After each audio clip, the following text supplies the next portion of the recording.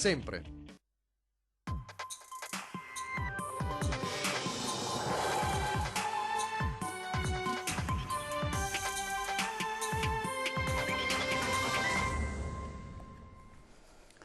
Buonasera, buonasera, ben ritrovati in diretta da Antenna 3. Continuiamo la diretta che iniziamo ogni giorno alle 17 per darvi conto della situazione del coronavirus. Ci sono ovviamente nuovi dati, molte polemiche, l'intervento del governo con il decreto del Consiglio dei Ministri che ha provveduto ad allungare, come sapete, la chiusura delle scuole fino al 15 di marzo, ovviamente grandi disagi per le famiglie, grandi polemiche, anche proposte, si parla di baby voucher per i babysitter, congedi parentali e quant'altro. Allora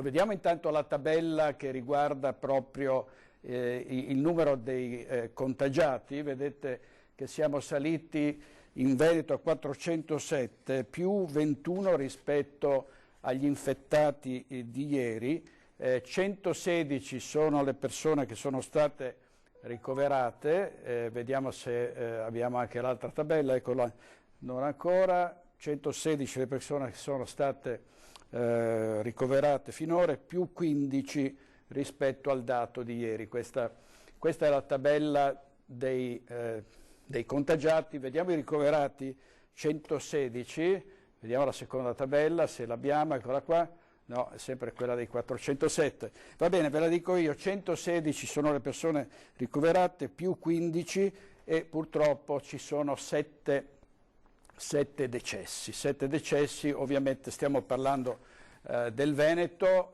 l'unica regione che finora si era sottratta al coronavirus era la Valle d'Aosta, si conta da oggi il primo caso. Allora vediamo proprio il primo servizio che riassume la situazione proprio dal punto di vista di coloro che sono stati infettati, i ricoveri e i decessi. Vediamo. La chiusura delle scuole e delle università in tutto il territorio nazionale fino al 15 marzo, formalizzata solo nel tardo pomeriggio dal Ministero. E poi il bilancio dei contagiati in Veneto che da questa mattina supera quota 400. Le vittime rimangono però 7. Il nuovo aggiornamento dei dati arrivato dalla Regione parla di 407 contagiati, 21 in più rispetto al bollettino emanato nella serata di ieri. L'aumento principale a Padova da 60 a 69 e a Venezia da 60 a 66, ma il cluster più numeroso resta quello dell'ospedale Ca' Foncello di Treviso, fermo a 96 contagi. È qui che si è registrato il maggior numero di vittime, 4 legate al coronavirus, sebbene per l'ULSS 2 negli ultimi 3 casi siano state le patologie pregresse ad aver portato questi anziani alla morte. Ultima in ordine di tempo una pensionata di 88 anni residente in centro a Treviso. L'azienda Zero di Padova sta emanando il bilancio dei contagi comune per comune, intanto con l'emergenza coronavirus che non si risolve nei tempi sperati. Tutti, uffici pubblici, aziende e famiglie, sono costretti a organizzarsi per un'altra settimana di contatti ridotti al minimo. È la chiusura delle scuole per un'ulteriore settimana rispetto a quanto già stabilito a scombinare maggiormente i piani dei veneti e da questa volta degli italiani. Se da un lato gli istituti, quelli che hanno strutture adeguate, stanno avviando le lezioni online, chi invoca sconti sulle rette di asili e scuole materne, provvedimento che diversi comuni stanno già attuando riguardo alle strutture pubbliche, chi chiede, e su questo il governo si sta già muovendo, che a uno dei 2 genitori sia permesso di rimanere a casa con i figli per non gravare ulteriormente sui bilanci delle famiglie. Ma a invocare aiuti sono molte altre categorie economiche, turistiche, culturali e chi fa da sé per ripartire, come le attività storiche di Piazza San Marco con lo spritz offerto dalle 17 in poi, attira anche forti critiche come quella del virologo Roberto Burioni che in un post ha scritto: la gente deve stare a casa altrimenti chi riparte è il virus. Servizio di Lina Paronetto, vediamo adesso la prima pagina del Corriere della Sera, ovviamente tantissime le testate che snocciolano dati, ma soprattutto quello che si prevede il governo possa fare anche prossimamente. Stop a scuole e università, titola il Corriere della Sera, ecco gli interventi per le famiglie, voucher per babysitter e congedo parentale extra, ma la chiusura delle scuole serve. Cosa dice la scienza? C'è stata in effetti un po' un giallo all'interno del Consiglio dei Ministri, perché sembrava che l'Istituto Superiore della Sanità e soprattutto il Comitato Scientifico non fosse d'accordo col prolungamento della chiusura delle scuole e delle università fino al 15 marzo, poi il giallo invece è stato chiarito, pare che ci sia stata una scelta quasi unanime, c'erano alcune riserve, alcuni dubbi, ma poi sono stati praticamente chiariti e il governo dichiara di andare avanti diciamo in maniera tutti completamente d'accordo. Intanto il governo raddoppia le risorse, sempre sul Corriere, 7,5 miliardi di interventi anticrisi. Ieri si era parlato di 3,6 miliardi, dalle opposizioni sono partite molte proteste perché questa somma era considerata insufficiente, si è arrivati adesso a 7,5. L'altra notizia è che è stato rinviato il referendum sul taglio dei parlamentari. Voi ricorderete che per il 29 marzo era previsto il referendum per il taglio dei parlamentari, ovviamente un referendum senza quorum peraltro, che avrebbe, dicono quasi tutti i pronostici, portato al taglio, perché questo hanno detto tutti i sondaggi, sembra che sia questa la posizione della maggioranza degli italiani, però questo referendum, per via della mancanza della possibilità di fare campagna elettorale, è stato rinviato. C'è anche ovviamente una discussione sulle altre consultazioni, si dice anche delle regionali, ma insomma si aspetta a decidere altri rinvii perché ovviamente fine maggio appare una data entro la quale probabilmente questa epidemia dovrebbe registrare un forte calo, almeno questa è la speranza di molti virologi. E ora andiamo a Marghera, dove si è svolto il vertice nella sede della Protezione Civile. Anche oggi il Presidente Zaia ha parlato di una giornata molto importante, sentiamo perché.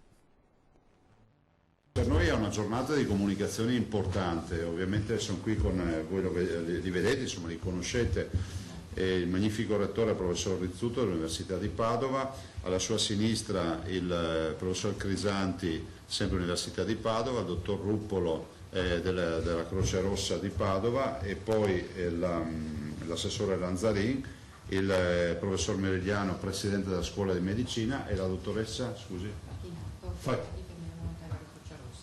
la dottoressa Facchinato, che è sempre Croce Rossa, volontarie e infermiere. Guardate, in maniera molto breve, anche perché abbiamo una scaletta nutrita, volevo dare questa comunicazione in maniera ufficiale, ne abbiamo parlato molto tra di noi in questi giorni. Sostanzialmente oggi presentiamo un progetto che mi permetto di dire che è unico nel suo genere, immagino poi verrà spiegato da un punto di vista di studio epidemiologico, ma anche dal punto di vista statistico e di evoluzioni. Approfittiamo di quello che è accaduto in Veneto e quindi della presenza della comunità di Vo, comunità che io spero venga liberata da questo fardello della chiusura del cordone sanitario alla volta di domenica, con la scadenza del decreto del Presidente del Consiglio dei Ministri, di questa comunità che abbiamo campionato e testato in toto su mia volontà. Lo dico non per fare il figo, ma lo dico perché siccome tutti mi hanno criticato il giorno dopo dicendo che disattendevo tutte le linee guida, però ho pensato anche in quel momento che avere una comunità che aveva questo primo focolaio nella storia, ricordo che il signor Trevisan è morto poi, no? Che era comunque una comunità che rischiava di essere trincerata, ed è esattamente quello che è accaduto dopo poche ore. Fosse quantomeno fondamentale dare un segno di presenza, di tranquillità ai cittadini, garantendo loro quantomeno il tampone, perché ho pensato subito alla psicosi del vicino di casa che pensi che magari sia lui che ti ha infettato o ti può infettare. Quindi abbiamo fatto questo campionamento, strada facendo ne è nata l'opportunità di mettere in piedi un progetto che oggi rappresenta, mi permetto di dire, penso, e poi verrà sicuramente spiegato tutto il progetto e forse verrà validata anche questa mia idea, rappresenta forse l'unico progetto da un punto di vista scientifico una comunità così testata e così, diciamo, ben definita come quella che è Vo. Ultime due parole su Vo: la totale piena solidarietà ai cittadini di Vo, sentiamo pressoché quotidianamente il loro sindaco, stanno vivendo questa tragedia in maniera doppia se non tripla, vivono purtroppo questo cordone sanitario che è stato, a loro va riconosciuto questo fatto di alta responsabilità e di alto senso civico. Oggi sono ovviamente in ginocchio, lo sono dal punto di vista economico, sociale, relazionale. Spero che appunto si chiuda velocemente anche questa partita, perché a mio avviso, questo ve lo dichiaro, non ha più senso di pensare a un ulteriore isolamento della comunità, visto e considerato che ormai si sono fatti i 15 giorni canonici, ormai tutto quello che c'era da incubare si è incubato, e penso che alla luce anche del nuovo progetto di test sui cittadini di Vo si vada nella direzione di chiudere questa partita. Ecco, ultima roba, i cittadini di Vo non sono delle cavie, che sia chiaro, non vorrei che qualcuno desse questo messaggio, ma approfittiamo nel garantire a loro un servizio di test, anche per vedere se è cambiato qualcosa rispetto nei singoli rispetto ai primi test, e quindi questo è un follow up. È fondamentale che non passi l'idea di cavie, o che qualcuno pensi addirittura che ci sia il confinamento dei cittadini di Vo perché si devono fare questi test. Li ringraziano, tutta la mia vicinanza, spero quanto prima che si tolga questo cordone sanitario, ma per me quanto prima vuol dire domenica. E questo era il governatore Luca Zaia questa mattina. Adesso ci colleghiamo tra pochissimo con Ilaria Marchiori, dopo aver detto però che a Montecitorio si lavora un solo giorno alla settimana. La decisione è stata presa dalla conferenza dei capigruppo, che ha stabilito l'esame solo di atti urgenti e indifferibili. Quindi a Montecitorio un solo giorno di settimana, e il referendum per il taglio dei parlamentari che è stato rinviato. Noi continuiamo a darvi un'informazione molto asettica, speriamo molto obiettiva, senza mai buttarla in politica, dandovi i dati, dandovi gli aggiornamenti, dandovi le notizie, ovviamente rifuggendo insomma da tutte quelle notizie che sono sui social e che stanno destabilizzando un po' tutti i cittadini, perché gran parte delle notizie che arrivano dai social sono delle fake news. Allora vediamo se è pronta Ilaria Marchiori dalla nostra redazione di Venezia e di Mestre. A te la linea Ilaria. Sì, buonasera direttore, ci troviamo qui in redazione, abbiamo gli aggiornamenti che sono giunti da poco, che riguardano altri contagi. Si tratta di un secondo caso a San Donà di Piave, il primo riguarda un 81enne di cui abbiamo dato notizia proprio ieri sera nel corso del nostro telegiornale, il secondo invece è arrivata comunicazione da poco, si tratta di un 57enne che è appunto residente a San Donà di Piave e che lavora a Jesolo. Si era rivolto al suo medico per uno stato febbrile unito a delle difficoltà respiratorie e successivamente è stato ricoverato al reparto malattie infettive dell'ospedale di Mestre. La donna invece, addetta alle pulizie di casa, è stata messa in quarantena domiciliare.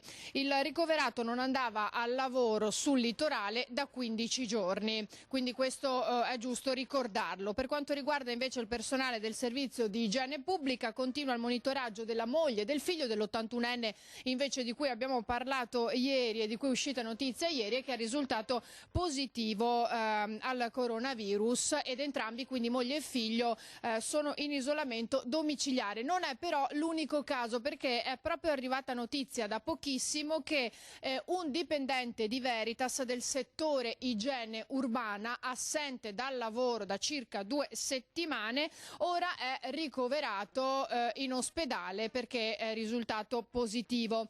Altre 3 persone invece del servizio igiene sono in isolamento domiciliare su disposizione di autorità sanitarie, perché entrati in contatto con persone positive ma che sono comunque asintomatici, quindi mentre il dipendente assente da 2 settimane è stato ricoverato in ospedale, queste 3 persone che si trovano in isolamento domiciliare su disposizioni non hanno al momento alcun sintomo e non è stato effettuato su di loro alcun tampone. Ecco, Ilaria, tra l'altro, se mi senti, mi senti? Sì. No, volevo ricordare che ci sono casi come quelli dell'ottico molto noto a Venezia, Danilo Carraro, che è deceduto ieri, ma che è deceduto per una patologia molto grave che lo affliggeva da molto tempo e che ovviamente il coronavirus ha aggravato, no? Quindi è deceduto per una patologia che è stata poi collegata al coronavirus, ma soprattutto familiari e conoscenti fanno notare che da molto tempo soffriva di un male incurabile. Prego.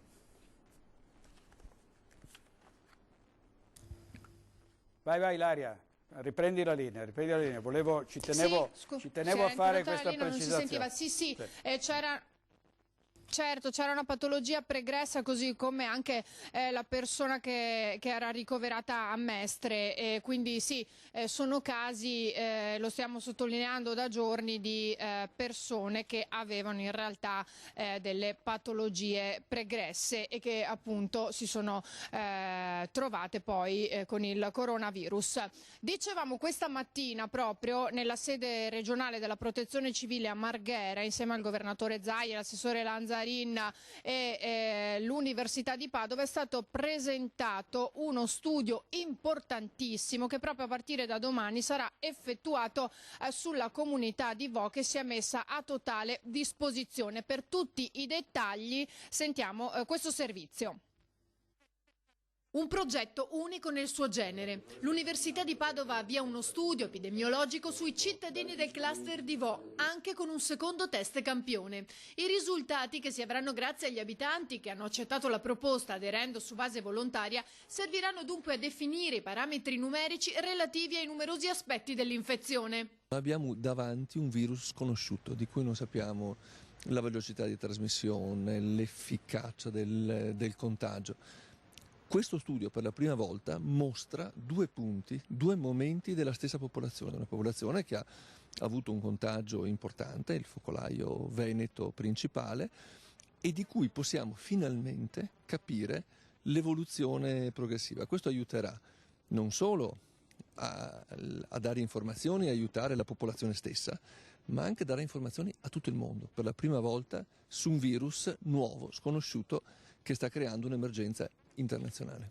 Quindi secondo lei quelli che saranno poi i risultati potranno essere presi in considerazione a livello nazionale e oltre? Assolutamente sì, assolutamente sì. Questa è la prima volta che noi possiamo seguire il virus. Su 11.000 tamponi, circa 3.000 sono stati effettuati a Vo. 90 i casi positivi, con un'incidenza del 3,4%, ha ricordato l'assessore alla sanità Lanzarin.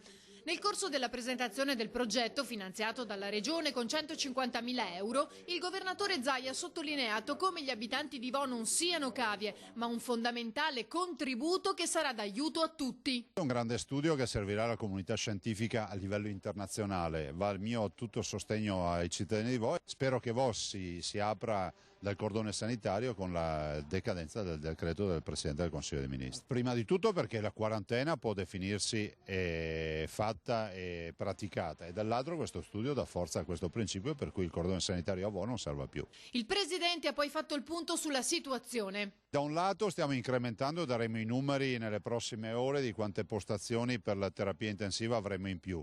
Ne abbiamo già 464, però è altrettanto vero che molti sono impegnati per l'attività ordinaria.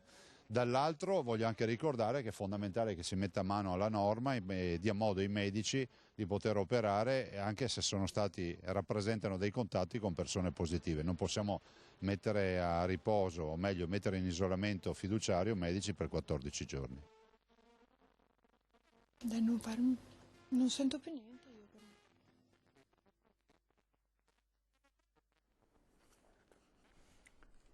Vai Ilaria, sei in diretta.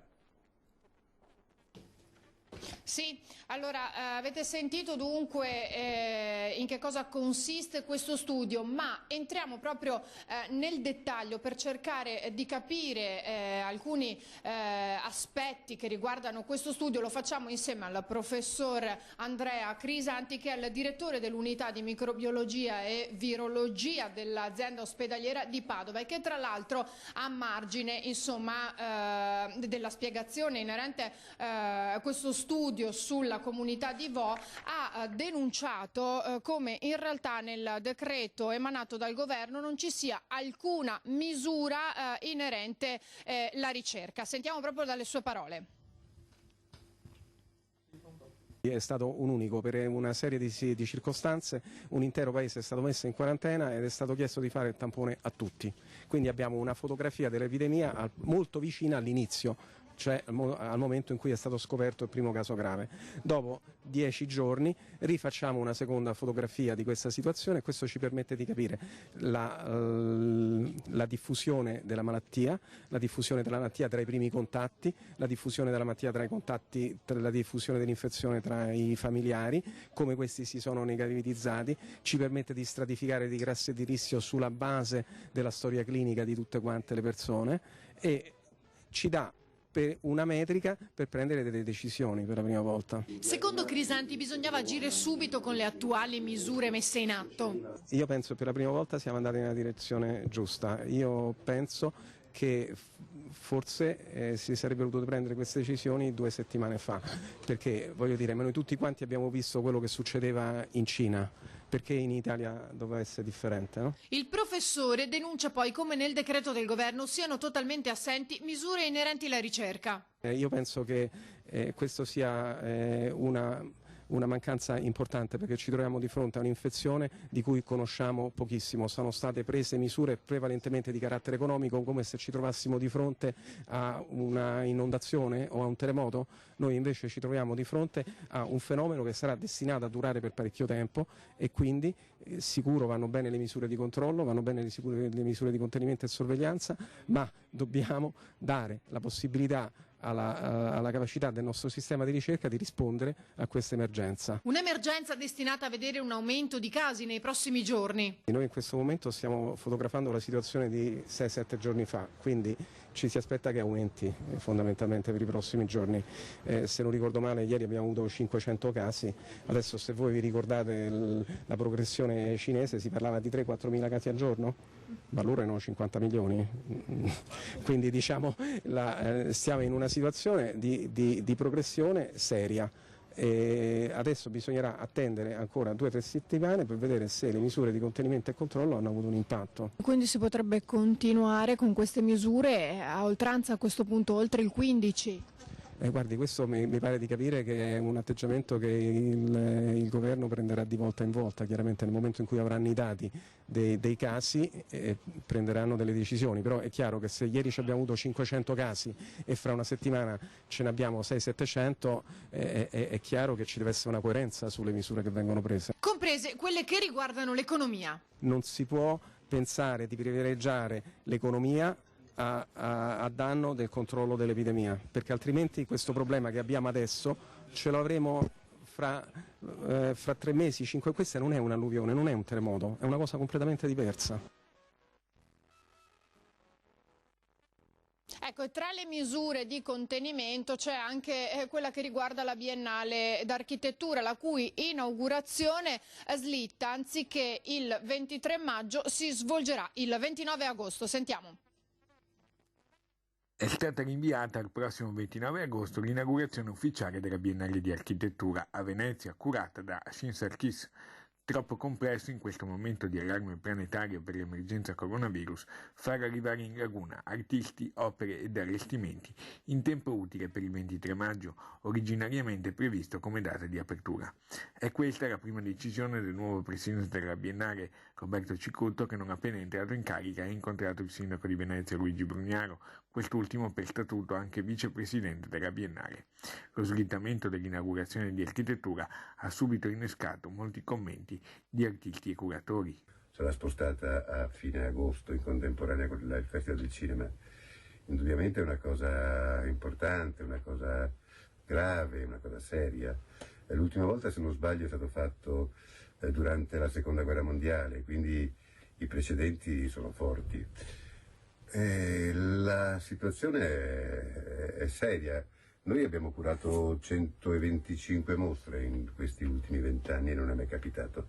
L'appuntamento con l'architettura per i 63 paesi è perciò rimandato al 29 agosto fino al 29 novembre, un'apertura quasi contemporanea con il Festival del Cinema che verrà inaugurato al Lido il 2 settembre, una concomitanza che regalerà così alla città 2 eventi mondani in pochi giorni a fine estate, molti i problemi logistici che la Biennale dovrà affrontare per architettura nelle prossime settimane.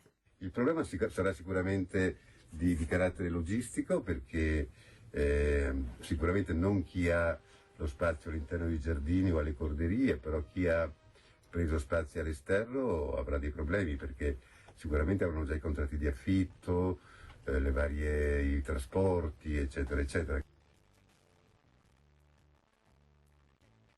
Ecco, allora avete sentito questi gli aggiornamenti dal veneziano per quanto riguarda questa giornata, sia dal punto di vista sanitario che da quello economico. Ulteriori dettagli e tante altre notizie nell'edizione di questa sera a partire dalle 19. Se non ci sono altre domande restituisco la linea allo studio. Allora Ilaria, volevo farti vedere il titolo e far vedere ai telespettatori il titolo di un giornale che riporta le dichiarazioni del virologo Roberto Burioni, che dice aperitivo gratis a Venezia. Sì. Ma lo avete capito che dovete stare a casa o riparte il virus? Era un aperitivo offerto gratis dai bar di Piazza San Marco, così per rivitalizzare un po' il centro che in questi giorni è completamente deserto. Ieri abbiamo dato il servizio di Francesco Ceron. Che reazioni ci sono state a queste dichiarazioni di Burioni? In generale, cosa dicono i veneziani di questa iniziativa? Ma in realtà noi siamo stati, abbiamo proprio sentito alcune delle voci di chi ha deciso di prendere parte a questa iniziativa. Sto parlando di cittadini, di veneziani e non, l'abbiamo fatto vedere proprio nel nostro servizio, e parlato anche con i commercianti che in realtà hanno poi detto che si stavano attenendo comunque alle regole stabilite. Però da più parti invece arrivano anche possiamo definirli un po' così, delle confidenze che ci vengono fatte in qualche modo fuori microfono, tra chi dice invece che questa distanza non si rispetta poi così tanto, però reazioni ufficiali o prese di posizioni ufficiali alle dichiarazioni di Burioni non ce ne sono ancora state. Certo è che lui lo sta ormai ribadendo da più giorni, proprio ha iniziato un paio di giorni fa, da quando si è resa pubblica questa iniziativa per cercare di rivitalizzare la zona di Piazza San Marco, e ha continuato a dire che in questo modo in realtà le misure messe in campo non servono a nulla, bisogna rimanere a casa, l'ha ribadito, evitare il più possibile tutti i contatti e la vicinanza con altre persone. Solo così si può pensare di evitare il rischio di contagio il più possibile, perché come abbiamo anche sentito dal professor Crisanti ci si deve aspettare che nelle prossime settimane i contagi aumenteranno, quindi meno si sta a contatto. È anche molto brutto insomma da dire per certi aspetti, però meglio è per tutti, perché così si rischia di cercare nel frattempo di capire anche come intervenire, come agire con questo virus che è totalmente sconosciuto e su cui si sta cercando di lavorare nel più breve tempo possibile. Grazie Ilaria, grazie, casomai ci sentiamo più tardi. Salutami Filippo Fois che ho visto lì al desk. Allora, tra l'altro quello che ha detto il professor Crisanti è quello che stanno affermando un po' tutti i virologi, un po' tutti i ricercatori, cioè l'importante in questa fase è contenerlo questo virus, per cui tutte le misure che sono state considerate restrittive vengono invece giudicate essenziali, indispensabili, se non si vuole che si diffonda ulteriormente, e quindi tanto vale prolungare queste misure, dicono i virologi, piuttosto che poi ritrovarsi senza posti letto nei reparti di rianimazione, insomma negli ospedali che sono già in crisi, senza avere ulteriori disagi anche per le imprese, per chi lavora e per le famiglie. Allora adesso vediamo cosa ha detto oggi l'assessore alla sanità e al welfare della Regione del Veneto, Manuela Lanzarin.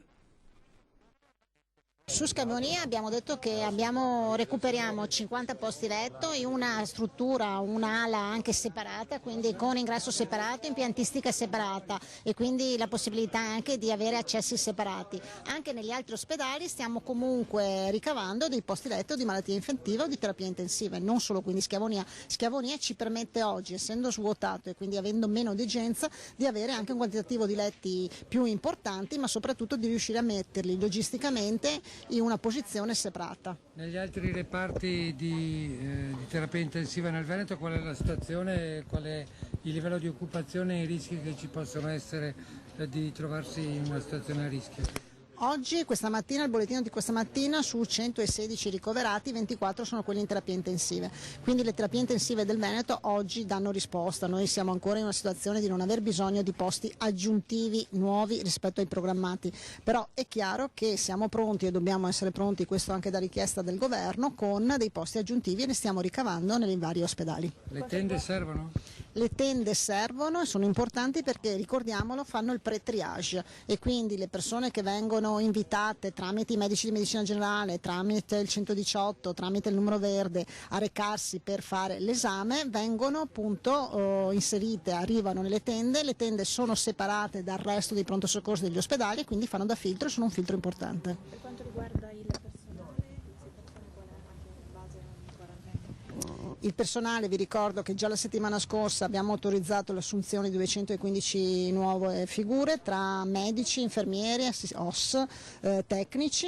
Chiaramente poi la situazione si è evoluta, abbiamo detto che siamo disponibili a rimpinguare ancora il personale. È chiaro che oggi il problema è rispetto alle persone che devono rimanere in isolamento e sono negative. Su questo c'è un'interlocuzione con il governo sperando che recepiscano queste osservazioni, che sono osservazioni credo di responsabilità, di buon senso e condivise, quelle che servono anche la Lombardia e l'Emilia oggi.